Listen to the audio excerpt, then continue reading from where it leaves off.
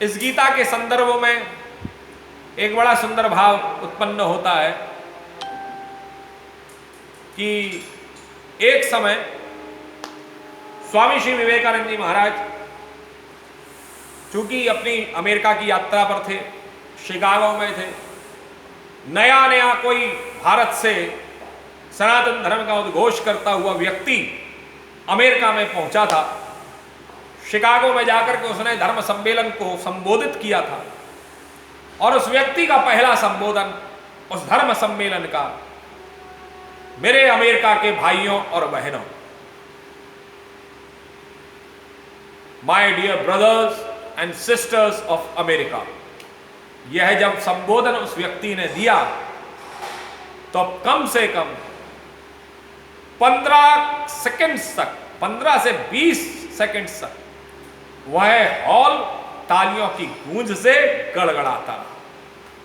जरा विचार करिए, वह व्यक्ति, एक भगवा को धारण करने वाला व्यक्ति, सर के ऊपर जो है पगड़ी धारण करा हुआ व्यक्ति, वह, उसको विश्व ने, अमेरिका ने उसको पहली बार देखा।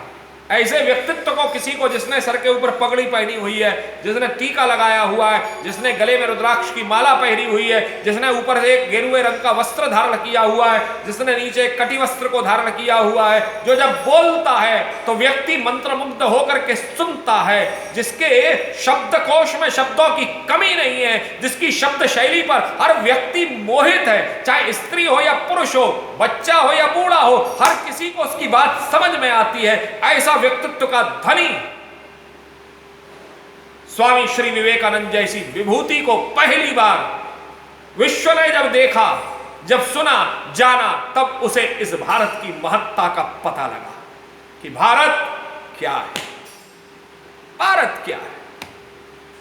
कईयों जगह पर ऐसा नहीं है स्वामी जी को सब जगह समर्थन मिला, स्वामी श्री विवेकानंद जी महाराज को सब जगह समर्थन नहीं मिला। कईयों, चूंकि नया नया एक तेज का पुंज उदय हो रहा था, नया नया सनातन धर्म की डिमडिम उद्घोष धीमे धीमे करती हुई, वह उद्घोष जो था धीमे धीमे बड़ा भारी होता चला जा रहा था।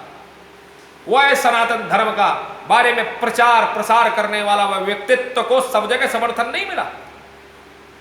जगह जगह पर कहीं कहीं उनका विरोध, लेकिन विरोध करने की स्थिति कैसी थी, विरोध करने वाले उनके सामने ठहर नहीं पाते थे। वह परोक्ष रूप से, इनडायरेक्ट वे में कहीं ना कहीं स्वामी जी का विरोध करते थे, हमारे धर्म शास्त्रों का विरोध करते थे, क्योंकि वहां के लोगों की मानसिकता बिल्कुल अलग थी। तो उस समय पर स्वामी जी महाराज 1830 के उसमें जो है 50 के अंतर्गत में स्वामी जी महाराज ने एक समय कहीं गए, तो उस शताब्दी में स्वामी जी ने एक जगह स्थान पर गए तो लोगों ने उनको अपमानित करने के लिए गीता को सबसे नीचे रख दिया। श्रीमद् भगवद गीता ग्रंथ लेकर के लोगों ने अपमानित करते हुए पुस्तकों का ढेर बनाया, जिसमें बाइबल इत्यादि और सारी पुस्तकें थी उनके धर्म की, और उसमें गीता सबसे नीचे रख दी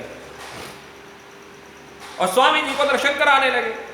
स्वामी जी सब जगह दर्शन करते हुए पहुंचे, देखा तो एक व्यक्ति ने, किसी ने उनसे संबोधित किया, स्वामी जी देखिए आपके यहाँ का धर्म ग्रंथ सबसे नीचे है, सबसे नीचे वाली पंक्ति में जो है इसको रखा गया है गीता को आपको, आप कहते हैं बहुत बड़ी, अरे बोल। स्वामी जी ने तुरंत तत्काल प्रभाव से हाजिर जवाब थे। स्वामी जी महाराज ने जवाब दिया, बोले क्या जवाब दिया? स्वामी जी बोले, अरे जड़ तो मूल होती है, यह हमारा श्रीमद् भगवद गीता ग्रंथ यह सनातन धर्म की जड़ है और जड़ ही आधार है, जड़ ही मूल है।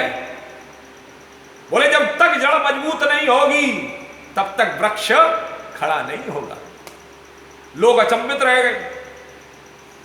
हाँ, बोले ऊपर का क्या है? ऊपर तो कुछ भी हो सकता है। और दूसरे दिन स्वामी जी फिर उसी जो है कार्यक्रम में पहुंचे, सभा स्थल में पहुंचे, तो किसी ने उसको निकाल करके जो है वो बीच में कर दिया। जरा विचार करिए, किसी ने उस पुस्तक को निकाला, गीता को निकाल करके पुस्तक को लेकर के बीच में लगा दी। फिर लोगों ने उनसे कहा, बोले स्वामी जी आपकी पुस्तक देखिए कल तक नीचे थी, आज बीच में आ गई। बोले यही तो हमारी श्रीमद् भगवद गीता सिखाती है कि समभाव रखो, बराबर रखो, बीच में रहो, सबको समान रूप से दर्शन करो। ये समान दर्शन देखिए, कल तक सबसे नीचे थी, आज बिल्कुल समान भाव। लोगों ने इसका दर्शन समझ लिया। स्वामी विवेकानंद जी ने जब ये बात कही तो लोगों फिर आश्चर्यचकित हो गए और लोगों ने फिर उनकी सराहना की।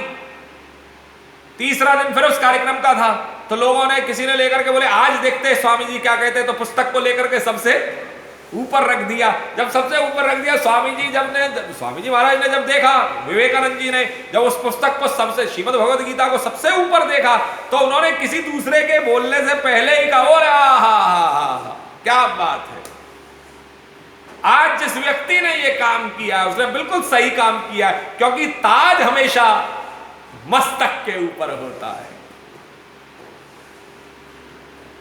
जरा विचार करिए।